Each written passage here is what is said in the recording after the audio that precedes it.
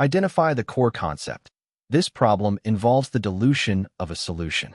The fundamental principle of dilution is that while the concentration and volume change, the total number of moles of solute remains constant because no solute is added or removed.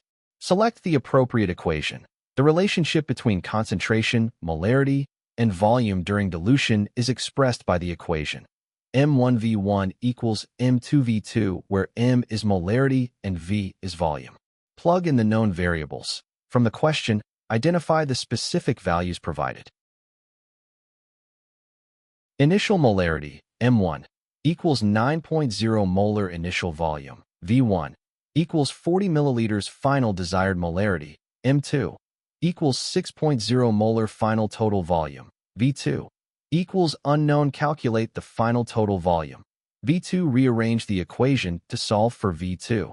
9.0 molar times 40 milliliters equals 6.0 molar times V2 360 is equal to 6.0 times V2. V2 is equal to 360 over 6.0 is equal to 60 milliliters. Determine the volume of water added. The final total volume of the solution, V2, is the sum of the initial volume, V1, and the volume of water added.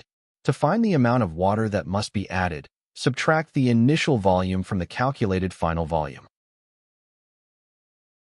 Volume of water added equals V2. V1 volume of water added equals 60 milliliters. 40 milliliters equals 20 milliliters. Conclusion. Adding 20 milliliters of water will increase the total volume from 40 milliliters to 60 milliliters, thereby reducing the concentration from 9.0 molar to 6.0 molar. This corresponds to option B. The correct answer is option B, 20 milliliters.